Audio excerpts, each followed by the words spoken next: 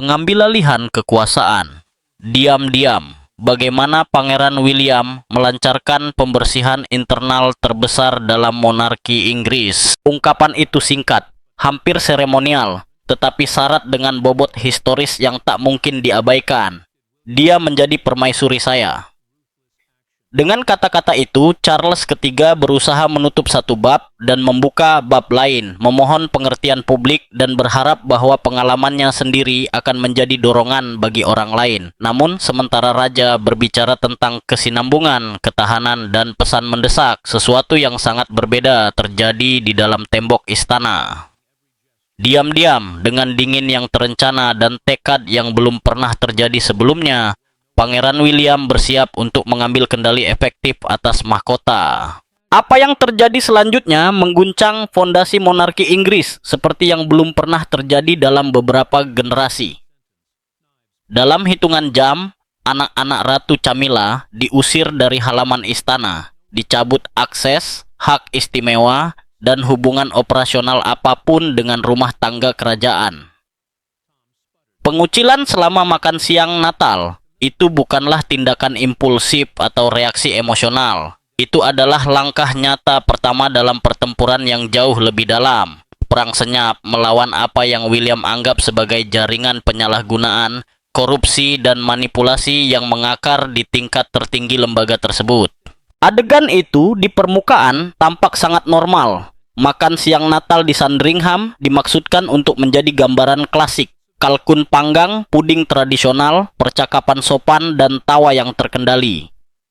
Tom Parker Bowles dan Laura Lopez bercanda santai tentang reformasi perkebunan pedesaan dan pemasok anggur, berperilaku seolah-olah akses ke hak istimewa kerajaan adalah hak lahir yang tak perlu dipertanyakan. Namun William memimpin meja dengan ketenangan yang meresahkan. Dia mengamati setiap gerakan, setiap pertukaran tanpa ikut serta. Charles III tampak kelelahan dengan kelelahan yang terlihat seperti seseorang yang membawa mahkota yang berat. Camilla mempertahankan senyumnya yang terlatih, tetapi kadang-kadang senyum itu menghilang, seolah-olah dia merasakan sesuatu akan hancur.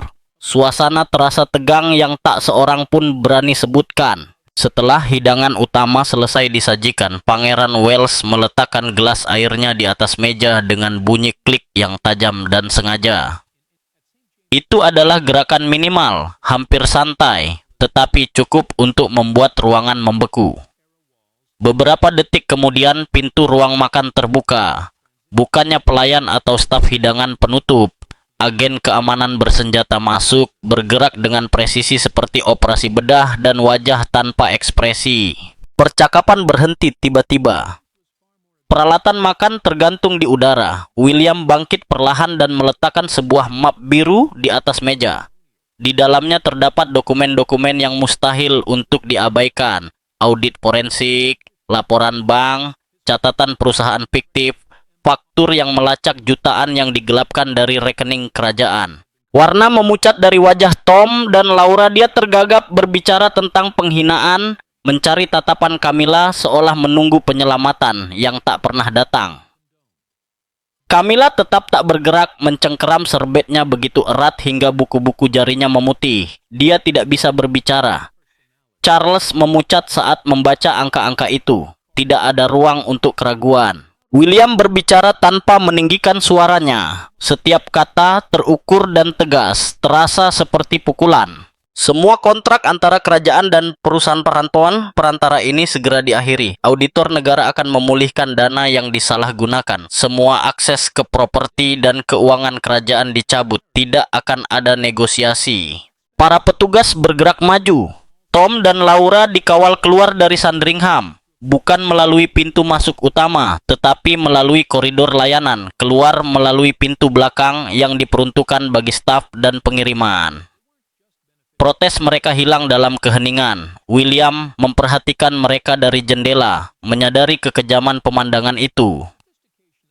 Tetapi ketegasan adalah pesannya. Era eksploitasi hak istimewa kerajaan telah berakhir. Pertanyaan yang tak terhindarkan adalah, bagaimana mungkin seorang Pangeran Wales yang belum menjadi raja mengusir anak-anak permaisuri dan bahkan bertindak melawan keinginan ayahnya sendiri?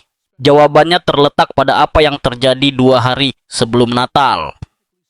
Dalam langkah yang bijaksana dan direncanakan dengan cermat, William telah mengatur transfer wewenang secara hukum yang memberinya kekuasaan darurat atas keuangan kerajaan dan mekanisme pengawasan internal.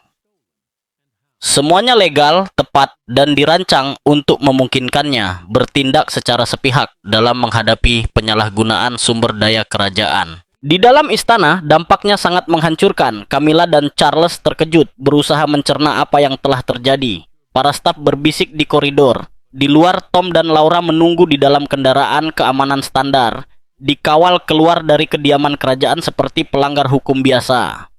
William tahu banyak orang akan melihat langkah itu sebagai tindakan kejam, bahkan bengis. Tetapi, dari sudut pandangnya, itu perlu. Kecurigaan bahwa tugas publik dapat digunakan untuk keuntungan pribadi harus dihilangkan. 48 jam sebelum pengusiran, sebuah pertemuan berlangsung yang tidak akan pernah muncul dalam pernyataan resmi. Di sebuah ruangan aman di Istana St. James, terisolasi dari pengaruh apapun dari rumah tangga Camilla, William duduk berhadapan dengan Ketua Hakim Agung dan Menteri Dalam Negeri. Dinding tebal era Tudor menghalangi upaya pengawasan elektronik apapun. Suasananya lebih mengingatkan pada pengadilan militer daripada transisi kelembagaan. Versi resmi yang kemudian bocor ke pers dikemas dengan hati-hati. Charles III yang menghadapi masalah kesehatan telah untuk sementara mentransfer kekuasaan perwalian kepada William untuk memastikan stabilitas dan kesinambungan. Ada pembicaraan tentang kerjasama dan persatuan keluarga, namun kenyataannya jauh lebih agresif. William mengambil alih kendali operasional untuk memberantas apa yang dianggapnya sebagai pengaruh jahat di dalam monarki. Undang-undang perwalian diaktifkan, tetapi interpretasinya terhadap kekuasaan yang diberikan jauh melampaui preseden apapun. Dokumen yang ditandatangani bukanlah simbolis. Dokumen tersebut membuka akses ke dinas keamanan, pengawasan keuangan, dan keputusan personel yang secara tradisional hanya menjadi hak raja. Charles menandatangani pada pukul 21.47. Tangannya gemetar tetapi sadar. Pada pukul 22.15 William sudah bergerak.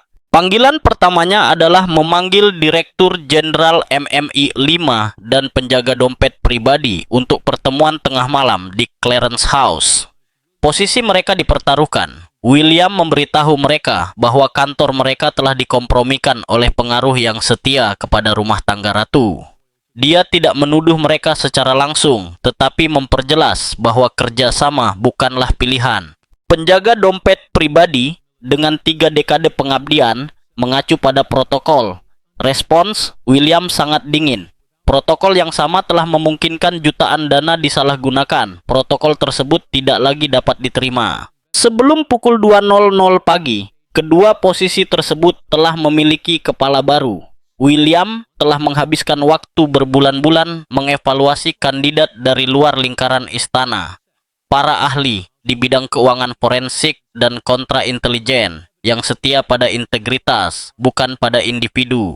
Kemudian datang akses ke arsip yang paling sensitif, yang disebut kotak hitam. Sebuah sistem digital ultra aman yang berisi transaksi keuangan selama beberapa dekade, laporan keamanan, file personel, dan korespondensi rahasia. Dirancang untuk raja dan permaisurinya, sistem ini telah beroperasi selama bertahun-tahun tanpa pengawasan kerajaan yang efektif. Pada pukul 3.30 pagi, William menjalankan pencarian pertamanya. Setiap kontrak dan pembayaran yang terkait dengan keluarga Parker Bowles selama 5 tahun terakhir. Hasilnya bahkan melebihi kecurigaan terburuknya. Dana real telah secara sistematis disalurkan melalui pos anggaran yang tampaknya tidak berbahaya. Logistik, pemeliharaan properti, resepsi diplomatik, acara amal. Setiap pengeluaran, jika dilihat secara terpisah, tampak sah. Namun pola tersebut mengungkapkan strategi yang terkoordinasi sempurna. Jumlah kecil di sini, transfer yang lebih besar di sana, semuanya dirancang untuk lolos audit yang dangkal, sementara jutaan terkumpul di rekening tersembunyi. Di pusat jaringan tersebut terdapat Tom Parker Bowles dan Laura Lopez. Mereka bukanlah penerima manfaat pasif, mereka mengendalikan jaringan kompleks perwalian lepas pantai di Isle of Man, Jersey, dan Kepulauan Virgin Britania Raya, yang terhubung dengan perusahaan cangkang dengan kontrak nyata yang sah. Setiap faktur, setiap tanda tangan, setiap transfer adalah bagian dari mekanisme yang dirancang untuk mengekstrak kekayaan dengan kedok transaksi rutin. Skema tersebut mulai terbongkar ketika penyelidikan yang dipimpin oleh William berfokus pada rantai pasokan rumah tangga kerajaan untuk barang-barang premium. Tom, tokoh kunci dalam jaringan logistik, secara efektif mengendalikan pengadaan produk kelas atas. Salmon Skotlandia yang difaktur 3 kali lipat dari nilai pasarnya. Anggur yang ditagih 2.000 pound sterling padahal harga sebenarnya sekitar 500 pound sterling. Dan bunga yang harganya dilipat gandakan 4 kali lipat tanpa penjelasan. Sekilas, mungkin tampak seperti pemborosan aristokrat. Namun ketika data, faktur, dan pemasok dicocokkan, gambaran yang muncul menjadi jauh lebih suram. Laura, di sisi lain, tampak sebagai penerima pembayaran yang tidak proporsional untuk jasa konsultasi media yang diklaim. Puluhan ribu pound sterling untuk satu email, ratusan ribu untuk konsultasi krisis pada saat tidak ada krisis nyata. Tetapi bab yang paling mengganggu muncul dalam kategori produksi dan koordinasi acara khusus. Dengan membandingkan faktur dengan surat edaran pengadilan dan bukti foto, para analis menemukan bahwa banyak dari acara ini tidak pernah terjadi. Yang lain jauh lebih kecil daripada yang difaktur. Pertanyaannya bukan lagi apakah ada penyalahgunaan, tetapi apakah itu keserakahan yang tak terkendali atau penipuan yang disengaja yang dirancang untuk menyedot jutaan. Angka-angka berbicara sendiri. Sekitar 45 juta pound sterling digelapkan selama 5 tahun, disalurkan melalui rekening yang dikendalikan oleh anak-anak Camilla. Setiap transaksi tanpa kecuali telah melewati kantor ratu sebelum sampai ke penjaga dompet pribadi, penjaga dana diskresioner kerajaan. William sudah tahu apa yang telah dicuri dan bagaimana caranya. Yang masih belum jelas adalah apakah Camilla lalai atau telah mengatur skema tersebut dari balik layar. Jawabannya bergantung pada satu petunjuk terakhir. Sebuah stempel ungu khas yang muncul pada dokumen-dokumen penting tepat pada saat raja yang sudah tua dan sakit berada dalam kondisi paling rentan. Jika stempel itu membuktikan keterlibatan yang disadari, nasib anak-anak ratu dan keseimbangan internal monarki akan ditentukan. Di ruang bawah tanah yang aman di Istana Kensington, jauh dari jendela, telepon, dan internet, sebuah tim akuntan forensik bekerja tanpa lelah.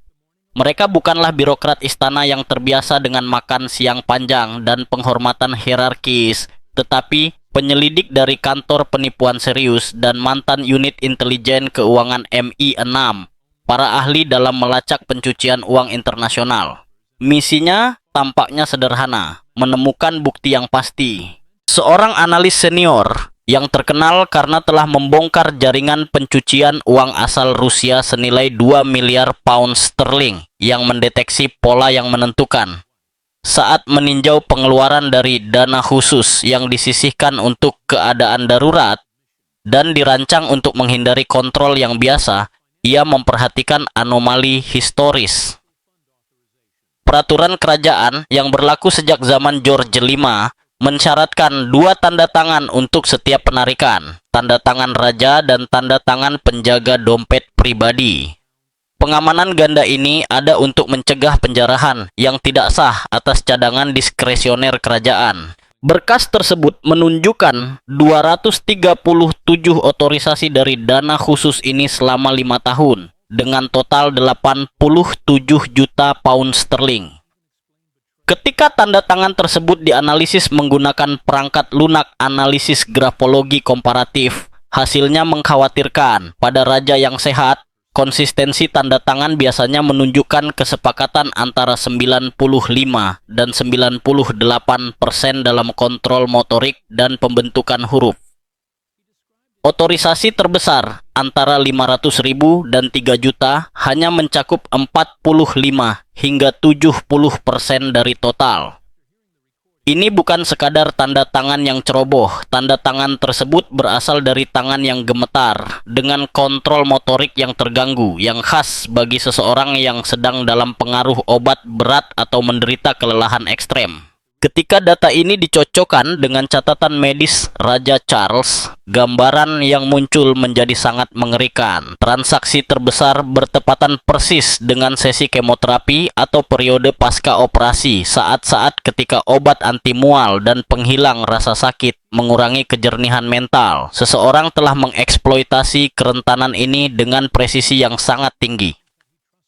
Para analis menggambarkannya sebagai eksploitasi sistematis terhadap kondisi raja. Ditambah lagi dengan apa yang disebut teknik sandwich. Permintaan bernilai tinggi yang disembunyikan di antara tumpukan dokumen rutin, proklamasi seremonial, surat diplomatik, komisi militer, persetujuan amal, yang diajukan secara mendesak oleh staf yang setia kepada kantor Camilla. Kami harus menandatangani hari ini, Yang Mulia, agar Anda dapat beristirahat, desak mereka. Lelah dan percaya diri, Raja menandatangani halaman demi halaman dalam hitungan detik. Bukti definitifnya adalah segel ungu. Semua permohonan untuk dana khusus pertama-tama melalui kantor ratu untuk tinjauan administratif yang mencakup penerapan lambang pribadinya. Pada setiap otorisasi palsu, tepat di bawah tanda tangan Charles yang ragu-ragu, muncul stempel itu yang dicap antara 24 dan 48 jam sebelumnya. Seseorang telah dengan sengaja menyetujui penyalahgunaan tersebut. Implikasinya sangat mengerikan. Ini bukan hanya penggelapan tetapi juga pelecehan terhadap orang lanjut usia dan sakit. William tahu bahwa salinan digital saja tidak cukup dalam kasus kriminal.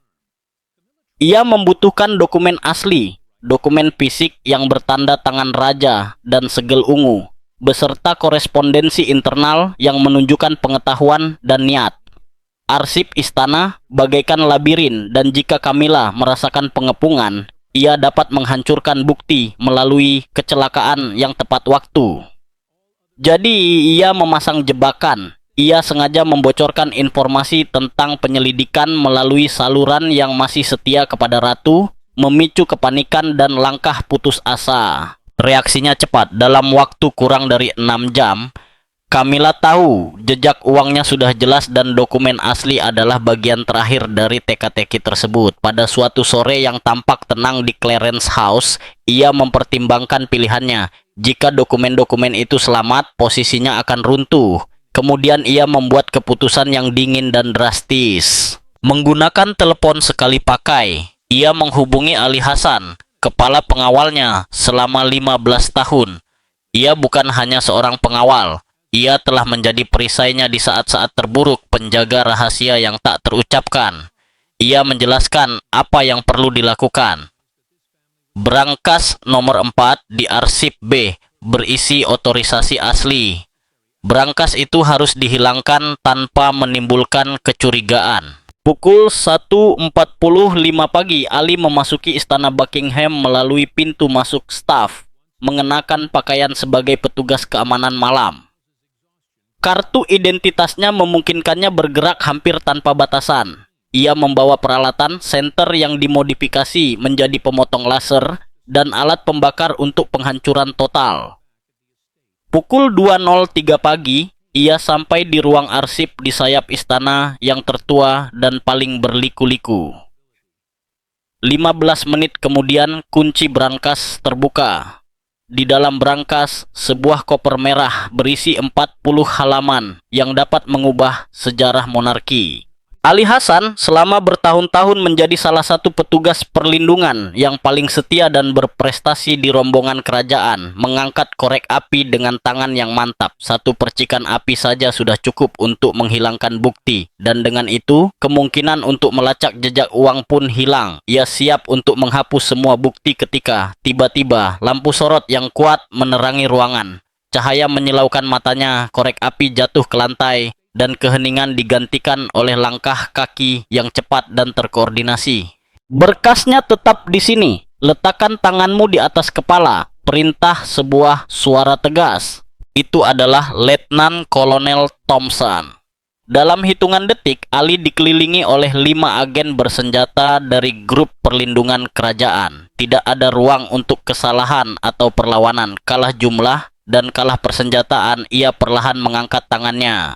Pistolnya diambil, pergelangan tangannya diikat dengan tali pengikat, dan tas kerja merah, jantung operasi, diambil dengan sangat hati-hati. Thompson tidak bertele-tele. Ali Hasan secara resmi ditangkap karena percobaan perusakan properti kerajaan, akses tidak sah ke area terlarang, dan konspirasi untuk menghalangi penyelidikan kerajaan. Perwira itu tidak menjawab. Bertahun-tahun pelatihan telah mengajarkannya bahwa diam dalam konteks tertentu adalah satu-satunya bentuk perlindungan yang mungkin, baik untuk diri sendiri maupun untuk mereka yang telah disumpah untuk dilayani.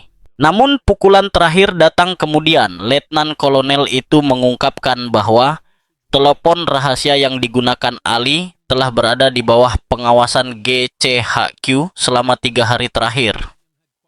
Setiap panggilan, setiap pesan, setiap perintah yang diberikan Kamila telah direkam. Dengan menuntut penghancuran dokumen-dokumen tersebut, permaisuri itu tanpa disadari telah mengkriminalisasi dirinya sendiri. Penangkapan Ali tidak hanya menutup satu konspirasi, tetapi juga menimbulkan pertanyaan yang lebih mengganggu. Mengapa seorang ratu mempertaruhkan tuntutan pidana dan kesetiaan pelindung terdekatnya hanya untuk menghancurkan bukti? Beberapa jam kemudian, Ali mendapati dirinya berada di sebuah ruangan yang secara resmi tidak ada. Sebuah pusat interogasi yang diperuntukkan bagi situasi yang terlalu sensitif untuk prosedur kepolisian standar. Ruangan itu sederhana, sebuah meja logam, 3 kursi, dinding yang tampaknya kedap suara, dan kamera di sudut-sudutnya. Berdasarkan ketentuan darurat, undang-undang rahasia resmi, dan peraturan keamanan kerajaan, masalah yang mengancam monarki dapat ditangani melalui prosedur luar biasa, tanpa kehadiran pengacara atau perlindungan proses hukum konvensional. Pangeran William dan Lord Justice Peyton, penasihat hukum utama kerajaan, duduk berhadapan dengan Ali. William bersikeras untuk memimpin interogasi secara pribadi. Ia ingin mengetahui bukan hanya apa yang telah dilakukan Ali, tetapi juga mengapa seorang perwira teladan rela mempertaruhkan segalanya untuk Kamila. Di mana batas antara kesetiaan dan kejahatan? Interogasi dimulai dengan rekaman. Suara Kamila terdengar jelas. Tak salah lagi, memerintahkan penghancuran dokumen di berkas B, berangkas nomor 4. Wajah Ali tetap tanpa ekspresi, tetapi Guillermo merasakan ketegangan di rahangnya dan pengendalian napasnya yang dipaksakan. Kamila tidak memintanya untuk menyembunyikan atau memindahkan dokumen-dokumen itu. Ia menuntut agar dokumen-dokumen itu lenyap. Tidak ada rencana pelarian. Tidak ada kekhawatiran akan keselamatannya, hanya penghapusan bukti secara total. Guillermo menggeser beberapa dokumen ke atas meja. Dokumen pertama merinci konsekuensi hukum, minimal 20 tahun penjara karena memasuki area terlarang, percobaan penghancuran warisan nasional, membahayakan bangunan bersejarah, konspirasi untuk menghalangi penyelidikan yang sah, dan berpotensi tuduhan terkait terorisme karena kepemilikan senjata. Keluarganya akan kehilangan pensiun, perumahan, dan dukungan pendidikan. Masa baktinya akan dihapus. Dokumen kedua menawarkan jalan keluar. Kerjasama penuh, manfaat serupa dengan program perlindungan saksi, pengurangan hukuman, dan jaminan keamanan untuk keluarganya. Sebagai imbalannya, Ali harus bersaksi tentang konspirasi keuangan dan peran sentral Kamila. Selama beberapa menit, keheningan menyelimuti ruangan. Ketika akhirnya ia berbicara, Ali mengakui bahwa kesetiaan yang pernah dianggapnya mulia telah berubah menjadi kriminal.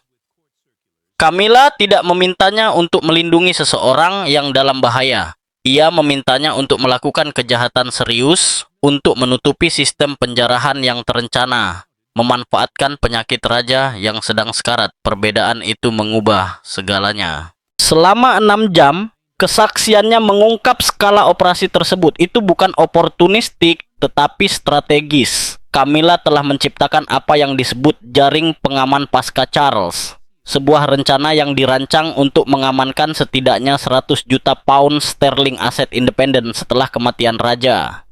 Ia menggunakan anak-anaknya sebagai kaki tangan, menyalurkan kontrak kerajaan melalui perusahaan cangkang untuk mencuci uang ke dalam perwalian di bawah kendalinya. Ali menjelaskan bagaimana Camilla memanipulasi Charles untuk mengotorisasi transaksi.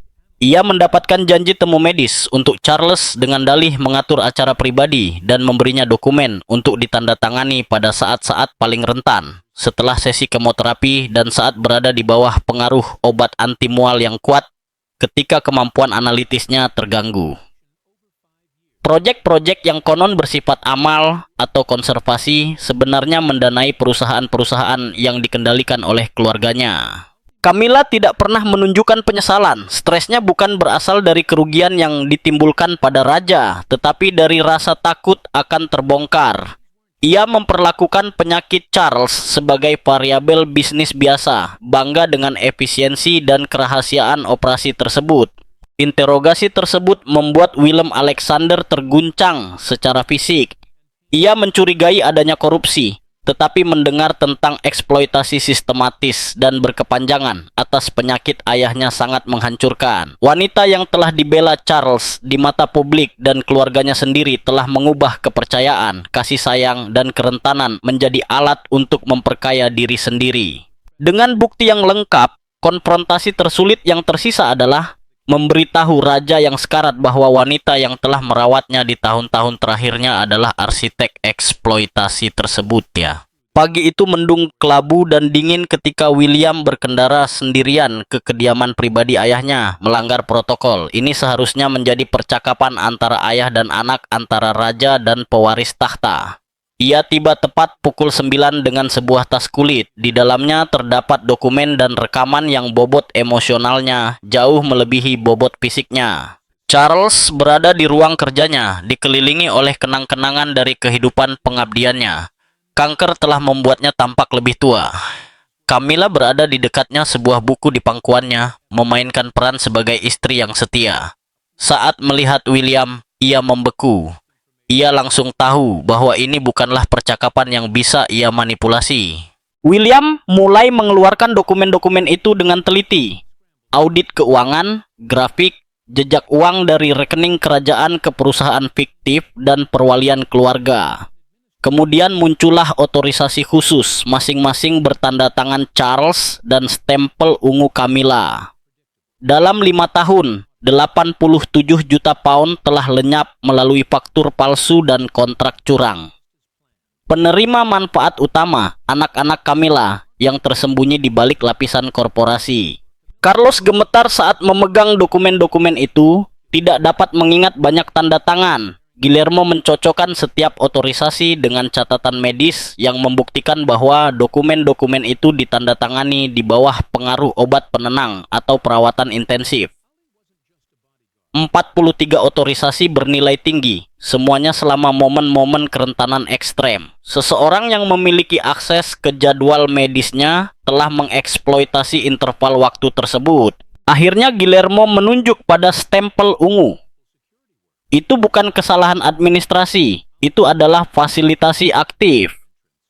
Setiap dokumen palsu tersebut memiliki stempel pribadi Camilla. Bukti terakhir adalah rekaman Ali Hasan yang menjelaskan bagaimana jadwal medis diperoleh, bagaimana waktu-waktu tersebut dimanipulasi, dan bagaimana sifat permintaan tersebut dipalsukan. Dana pasca Carlos bukan lagi kecurigaan, tetapi kenyataan yang terdokumentasi. Air mata yang mengalir di wajahnya bukan karena amarah, itu adalah ekspresi kehancuran yang paling murni. Itu adalah kesedihan mendalam seorang pria yang memahami bahwa tahun-tahun terakhirnya yang seharusnya ditandai dengan ketenangan dan kesetiaan telah dimanipulasi tanpa ampun. Setiap kenangan bersama, setiap tindakan kepedulian, setiap dokumen yang ditandatangani demi kebaikannya sendiri, kini berubah menjadi bagian lain dari penipuan besar-besaran. Camilla mencoba berbicara. Ia berusaha menjelaskan, membenarkan dirinya sendiri, memberikan pembelaan terakhir. Tetapi setiap kata terbentur pada beban berat dokumen, kesaksian, dan angka-angka yang tak terbantahkan. Air matanya tidak seperti air mata Charles, bukanlah air mata penyesalan, itu adalah air mata ketakutan, takut kehilangan segalanya, takut menyaksikan dunia yang telah ia bangun dengan presisi tinggi hancur berantakan. Sementara raja menangis karena cinta yang dikhianati, ia menghitung cara untuk bertahan hidup. Dalam upaya terakhir yang putus asa, ia mencoba mengalihkan kesalahan. Ia menunjuk William, menyeratkan bahwa kebenciannya yang belum terselesaikan atas kenangan Diana telah mendorongnya untuk melindungi dirinya sendiri. Tetapi, pewaris takhta tidak akan membiarkan narasi itu tercemari.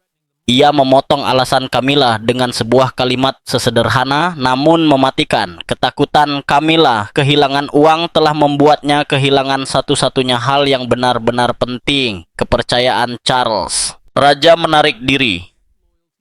Ia secara mental mengingat kembali setiap kali istrinya menyerahkan dokumen kepadanya dengan dalih kepedulian. Setiap kali ia menandatangani, mempercayai penilaian istrinya, yakin bahwa istrinya bertindak demi kepentingannya. Semuanya hanyalah sandiwara, penipuan emosional dan finansial yang dibangun dengan sabar selama bertahun-tahun.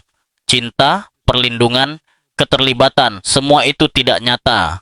Melihat ayahnya seperti ini, William melunakkan nada bicaranya.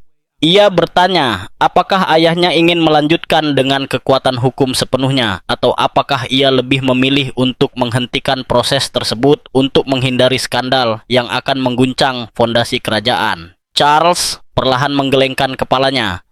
Ia masih menangis, tetapi sekarang ada kejelasan. Ia telah mencoba melindungi kehormatan keluarga, dan Camilla telah menghancurkannya dari dalam. Dengan isyarat yang hampir tak terlihat, ia memberi izin kepada putranya untuk bertindak. Mungkin itu adalah isyarat paling menyedihkan yang pernah disaksikan William. Seorang ayah menyerahkan wewenang kepada putranya untuk menghancurkan sisa-sisa kebahagiaan pribadi terakhir atas nama kelangsungan institusi. Bukti-bukti tak terbantahkan, konspirasi telah sepenuhnya terungkap. Namun, pertanyaan terakhir masih menggantung di udara. Seperti apa keadilan ketika pelakunya adalah seorang ratu dan korbannya adalah seorang raja yang sekarat? Dapatkah monarki menahan guncangan melihat seorang permaisuri terbongkar kedoknya? Dan dapatkah ikatan keluarga diperbaiki setelah pengkhianatan yang begitu mendalam? Hari persidangan tiba, meskipun tidak akan terbuka untuk umum. William berdiri di hadapan Camilla, mengetahui bahwa itu akan menjadi terakhir kalinya mereka berada di ruangan yang sama. Suaranya tegas, berwibawa, dan pasti. Tidak akan ada hukuman berdasarkan belas kasihan, jelasnya, tetapi pemecatan demi kelangsungan hidup.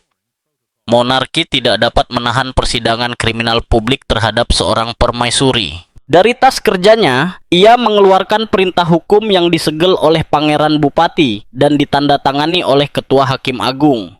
Syarat-syaratnya mutlak.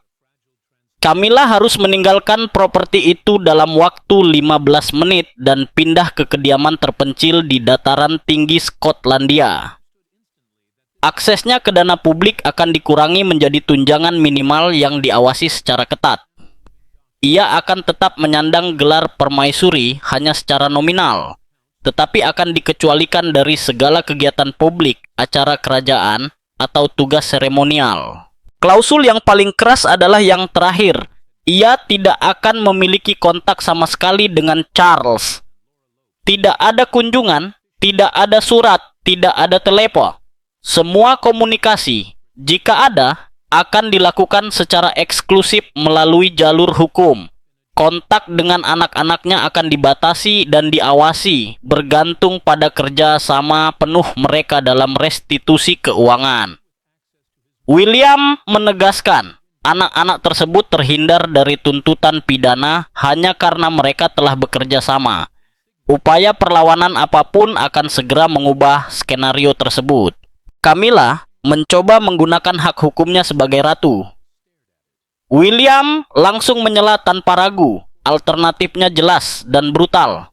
Penuntutan pidana penuh atas penipuan, penggelapan, dan penyalahgunaan orang yang rentan.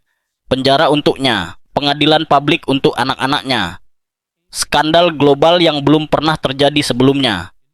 Dia langsung mengerti bahwa dia tidak punya ruang untuk bermanuver. Charles tidak ikut campur, dia menatap keluar jendela, menolak untuk mengakui kehadirannya. Camilla menggumamkan kata yang hampir tak terdengar, sebuah penerimaan yang patah hati dan kalah. Dua petugas masuk dengan profesionalisme dingin dan mengantarnya ke kendaraan yang menunggu di luar. Dia hanya boleh membawa pakaian yang dikenakannya. Semua barang miliknya yang lain akan diinventarisasi. Apapun yang tidak memiliki nilai sentimental akan dijual untuk ganti rugi. Setiap langkah menuju mobil adalah langkah menjauh dari hidupnya. Dia meninggalkan rumah yang telah dia manipulasi selama bertahun-tahun dan bergerak menuju anonimitas. William menyaksikan Range Rover menghilang di antara pohon-pohon ek kuno sebelum bergabung kembali dengan ayahnya. Sang raja tetap duduk, menatap pagi yang kelabu, memproses kehancuran dan kelegaan. William dengan lembut meletakkan tangannya di bahu Charles. Ia mengingatkannya bahwa ia telah dikhianati, tetapi sekarang ia dilindungi. Charles mengangguk, masih gemetar, dan bertanya pelan apa yang akan terjadi selanjutnya. William meyakinkannya bahwa bahaya langsung telah berlalu, penipuan telah terungkap, para pelaku telah pergi, keuangan telah stabil. Tetapi ia juga jujur. Pekerjaan sebenarnya baru saja dimulai, kepercayaan publik harus dibangun kembali, kontrol internal diperkuat, dan lembaga tersebut direformasi untuk mencegah penyalahgunaan di masa depan. Charles setuju, meskipun ia memperingatkan bahwa kewaspadaan tidak boleh menekan kemanusiaan. Nilai monarki terletak pada kedekatan, kehangatan, dan kepercayaan, bukan pada kontrol yang kaku. William mengakui bahwa mencapai keseimbangan itu akan menjadi tantangan terbesarnya. Kate masuk dengan tenang, berdiri di samping William sebagai pengingat bahwa kepemimpinan sejati membutuhkan dukungan dan kemitraan. Ia meyakinkan Charles bahwa ia akan dirawat, dikelilingi oleh orang-orang yang menghargainya apa adanya, bukan hanya karena mahkota yang dikenakannya. Sang raja yang kelelahan secara emosional mengerti bahwa untuk pertama kalinya dalam waktu yang lama, keluarga kerajaan bertindak demi kepentingan terbaiknya yang sebenarnya dan bukan demi penampilan semata. Ia berterima kasih kepada William atas keberanian dan kejernihan pikirannya, mengakui bahwa memaksanya menghadapi kebenaran adalah tindakan yang kejam tetapi perlu. Percakapan kemudian beralih ke anak-anak Camilla. Tom dan Laura akan mengembalikan sebagian besar dari apa yang telah mereka curi dan akan menghilang dari kehidupan publik. Upaya apapun untuk memperbaiki citra mereka dapat memicu konsekuensi hukum langsung. Jaringan manipulasi dan keheningan kini berubah menjadi sistem pertanggungjawaban yang ketat. Kelelahan Charles terlihat jelas. William dan Kate mengucapkan selamat tinggal. Menegaskan kembali komitmen dan cinta mereka, William menekankan bahwa pengasingan betapapun kerasnya adalah satu-satunya cara untuk melindungi baik pria itu maupun institusi tersebut. Charles, meskipun patah hati, mengerti dan memberikan senyum kecil yang sedih. Saat mereka pergi, William melirik sekali lagi ke perkebunan itu, ke jendela tempat ayahnya duduk. Ia merasa lega karena telah memberantas korupsi, sedih atas penderitaan yang ditimbulkan, dan beban tugas monumental di pundaknya. Kate diam-diam menggenggam tangannya, berbagi beban itu. Perkebunan itu telah mereka tinggalkan bersama dengan masa lalu. Namun pertanyaan-pertanyaan itu tetap ada. Dapatkah monarki bertahan dari pengkhianatan mendalam dari dalam? Mungkinkah memulihkan kepercayaan? Tidak hanya di mata publik, tetapi juga di dalam keluarga itu sendiri dan institusi yang terguncang hingga ke intinya. William tidak menjawab. Dia menatap ke depan, menyadari bahwa ujian sebenarnya baru saja dimulai. Dapatkah mahkota pulih sepenuhnya dari pengkhianatan di tingkat tertinggi? Dan ketika William menjadi raja, akankah Camilla masih terisolasi dalam pengasingan diamnya? Waktu dan sejarah belum memberikan penghakiman.